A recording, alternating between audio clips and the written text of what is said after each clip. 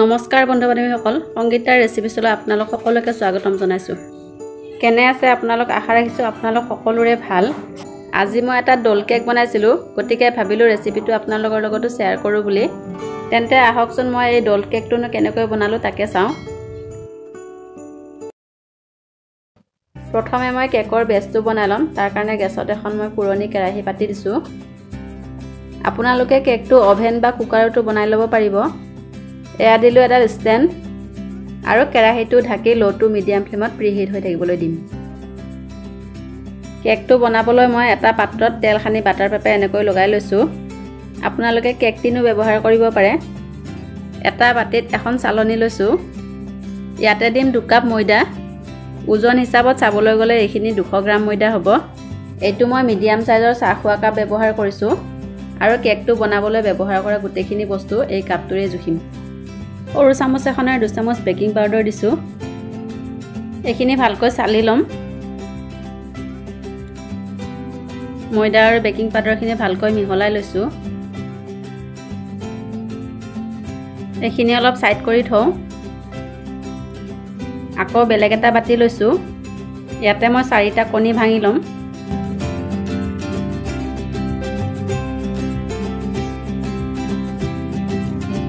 কণীকেইটা মই খুব ভালকৈ ফেটি ল'ম। আপোনালোকে ইচ্ছা কৰিলে হেণ্ড ব্লেণ্ডাৰ বা মিক্সিও ব্যৱহাৰ কৰিব পাৰে।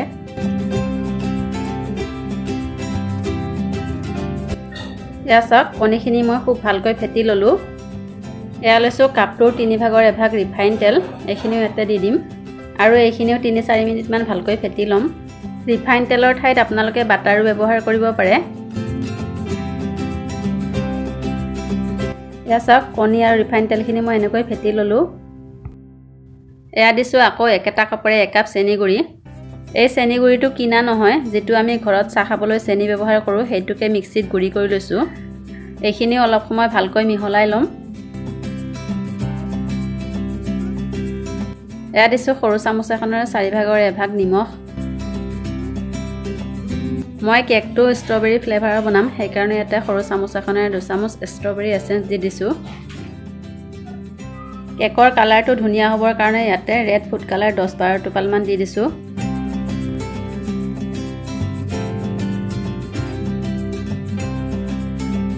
এইখিনিও ভালকৈ মিহলাই ল'ম।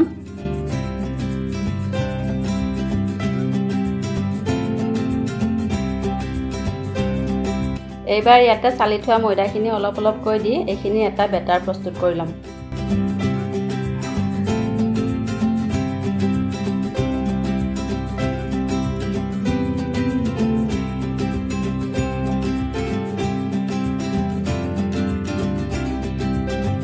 এয়া চাওক, মন কৰিছে ন আপোনালোকে, বেটাৰটো মোৰ ডাঠ হৈছে। এতিয়া মই একেটা কাপৰে 1 কাপ গাখীৰ লৈ লৈছোঁ আৰু ইয়াতে অলপ অলপকৈ গাখীৰ দি বেটাৰটো অলপ পাতল কৰি ল'ম। গোটেইখিনি গাখীৰ আপোনালোকে একেলগতে দি নিদিব, অলপ অলপকৈ দিব, নহ'লে বেটাৰটো পাতল হৈ যাব।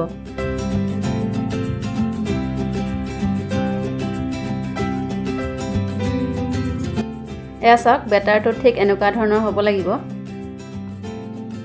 ইয়াতে মোৰ গোটেইখিনি গাখীৰ প্ৰয়োজন নহ'লে কাপটোৰ আধা কাপতকৈ 2 টেবুল চামুচমান বেছি লাগিছে। এয়া চাওক, ইমানখিনি গাখীৰ ৰৈ গৈছে। বেটাৰটো মই বাটাৰ পেপাৰ সানি লোৱা পাত্ৰটোত লৈ লৈছোঁ আৰু অকণমান থেকেচি দিছোঁ, যাতে ভিতৰত থকা এয়াৰ বাবলছখিনি ওলাই আহে। আৰু এই পাত্ৰটো প্ৰিহিট হৈ থকা কেৰাহীটোত বহাই ভালদৰে ঢাকনিখন লগাই দিম আৰু কেকটো 40-ৰ পৰা 50 মিনিট ল' ফ্লেমত সিজিবলৈ দিম। এয়া চাওক, 50 মিনিটৰ পিছত কেকটো আমাৰ ধুনীয়াকৈ ফুলি আহিছে। টুথপিক এডালেৰে মই আপোনালোকক চেক কৰি দেখুৱাইছোঁ। এয়া চাওক, টুথপিকডাল ধুনীয়া চাফাকৈ ওলাইছে, তাৰমানে আমাৰ কেকটো হৈ গৈছে। যদি টুথপিকডালত বেটাৰটো লাগি আহে তেন্তে কেকটো আৰু অলপ সময় সিজাই ল'ব, কাৰণ সকলোৰে গেছৰ ফ্লেমটো একেই নহয়। যেতিয়া আপোনালোকে কেকটো বহাব তেতিয়া মাজত বেছিকৈ ঢাকনিখন দাঙি নাথাকিব, নহ'লে কেকটো ভালকৈ নুফুলিব। আৰু কেকটো হৈছেনে নাই চাবলৈ টুথপিক বা চুৰিৰ সহায়ত বেছিকৈ খুচি নাথাকিব, তেতিয়া আকৌ কেকটো চেপেটা হৈ যায়।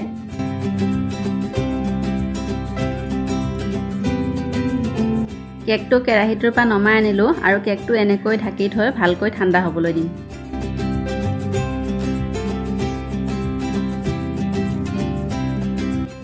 কেকটো খুব ধুনীয়াকৈ ঠাণ্ডা হৈ গৈছে। এইটো ডিমোল কৰি বাটাৰ পেপাৰখন এৰুৱাই ল'ম।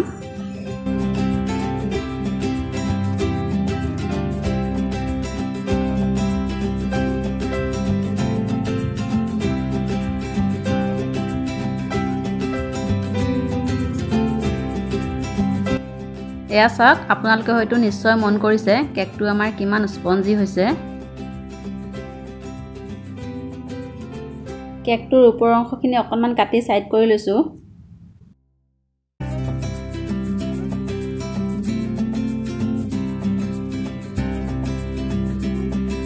আৰু এই কেকটো 3টা লেয়াৰত কাটি ল'ম।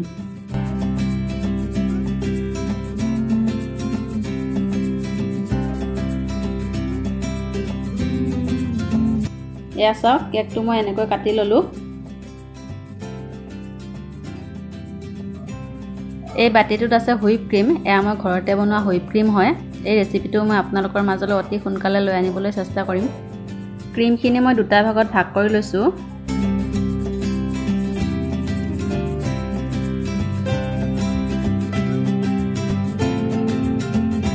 এভাগ ক্ৰীমত মই 10-12 টোপালমান পিংক ফুড কালাৰ মিহলাই ল'ম আৰু আনভাগ মই বগা কৰি ৰাখিম।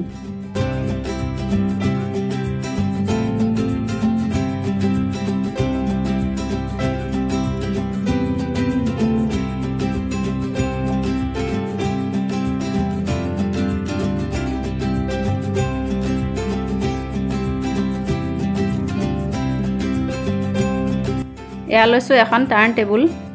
যদি আপোনালোকৰ ওচৰত টাৰ্ণ টেবুল, হুইপ ক্ৰীম, পাইপিং বেগ আদি বস্তুবোৰ নাই, তেনেহ'লে মোৰ চেনেলত এই বস্তুবোৰ নোহোৱাকৈ এটা আইচিং কেকৰ ৰেচিপি দিয়া আছে। আপোনালোকে সেই ৰেচিপিটোও চাব পাৰেগৈ।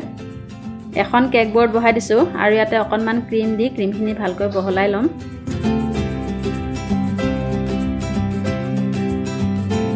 কেকটোৰ একেবাৰে ওপৰৰ অংশখিনি মই তলত দিম। অকণমান এনেকৈ ভালকৈ দবাই দিব যাতে ক্ৰীমখিনিত কেকটো ভালকৈ লাগি ধৰে। কেকটো মইষ্ট কৰিবৰ কাৰণে মই এই বটলত গাখীৰ ভৰাই লৈছোঁ। এইখিনি আগতে গৰম কৰি ঠাণ্ডা কৰি লোৱা গাখীৰ হয়। আপোনালোকে ইচ্ছা কৰিলে চুগাৰ চিৰাপো ব্যৱহাৰ কৰিব পাৰে। চুগাৰ চিৰাপ দিলে কেকটো বেছি মিঠা হৈ যায়, সেইকাৰণে মই গাখীৰ ব্যৱহাৰ কৰিছোঁ। গাখীৰে হওক বা চুগাৰ চিৰাপে হওক, যদি আপোনালোকৰ এনেকুৱা ধৰণৰ খালী বটল আছে, তেনেহ'লে এনেকৈ বটলত ভৰাই ঢাকনিখন ফুটাই ল'ব। তেতিয়া কেকটো মইষ্ট কৰিবলৈ বেছি সুবিধা হয়। অকণমান ওপৰত ষ্ট্ৰবেৰী গ্লেজ দি দিছোঁ। এইখিনিও কেকটোৰ চাৰিওফালে ভালকৈ লগাই ল'ম। এইটো অপশ্যনেল হয়, মোৰ আনি থোৱা আছিলে কাৰণে দি দিছোঁ।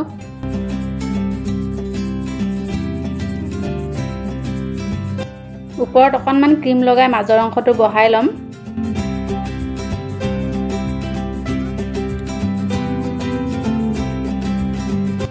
অকণমান ভালকৈ দবাই দিব যাতে এই অংশটো ক্ৰীমত ভালকৈ লাগি ধৰে।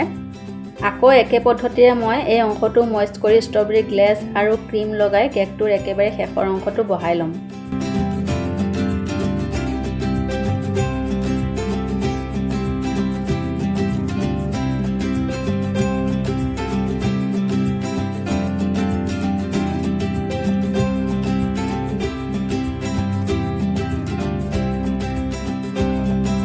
কেকটোৰ চাৰিওফালে ধুনীয়াকৈ ক্ৰীম লগাই কেকটো অলপ ছেট কৰি ল'ম।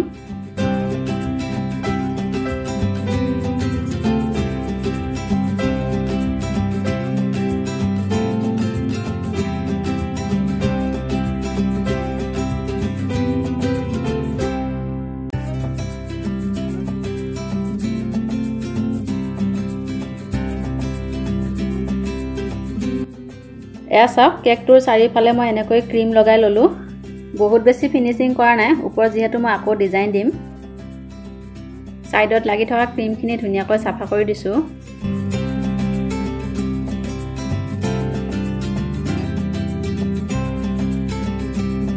পিংক কালাৰৰ ক্ৰীমখিনি মই এনেকৈ পাইপিং বেগত ভৰাই লৈছোঁ আৰু এইটো মই ষ্টাৰ নজেল ব্যৱহাৰ কৰিছোঁ। আৰু এতিয়া মই কেকটো ডিজাইন দি যাম। প্ৰথমতে মই বৰ্ডাৰটো দি লৈছোঁ, তেতিয়া তলৰ ডিজাইনখিনি ধুনীয়াকৈ ফুটি উঠিব। একেবাৰে সহজ ডিজাইন, আপোনালোকে চাই গৈ থাকিলেই গম পাব।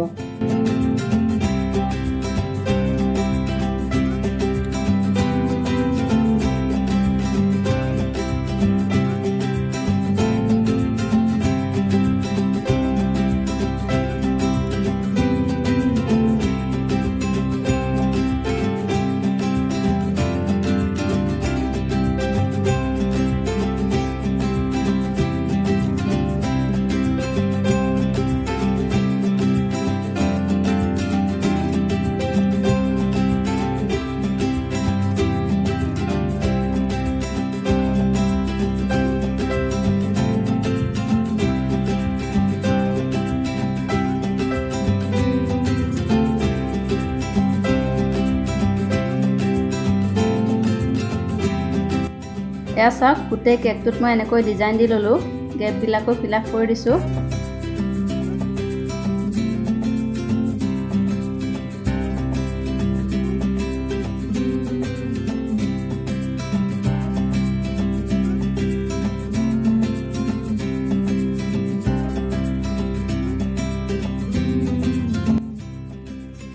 ডলটোত ডিজাইন দিবৰ কাৰণে এটা মই সৰু নজেল লৈ লৈছোঁ এইটো ইয়াতে লগাই ল'ম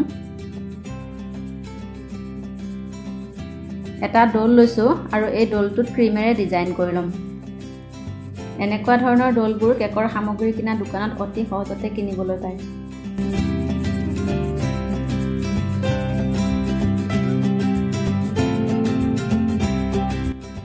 এয়া চাওক ডলটো মই ক্ৰীমেৰে ডিজাইন কৰি ল'লোঁ আৰু এই ডলটো কেকটোৰ ঠিক মাজত এনেকৈ লগাই দিম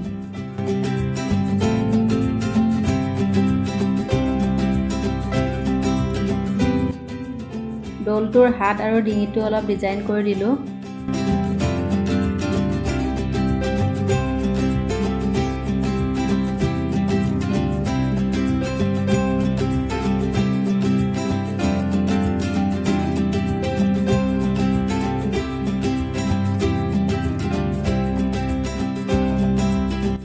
কেকটো দেখিবলৈ আৰু বেছি ধুনীয়া হ'বৰ কাৰণে কেইটামান চুগাৰ বল দি দিম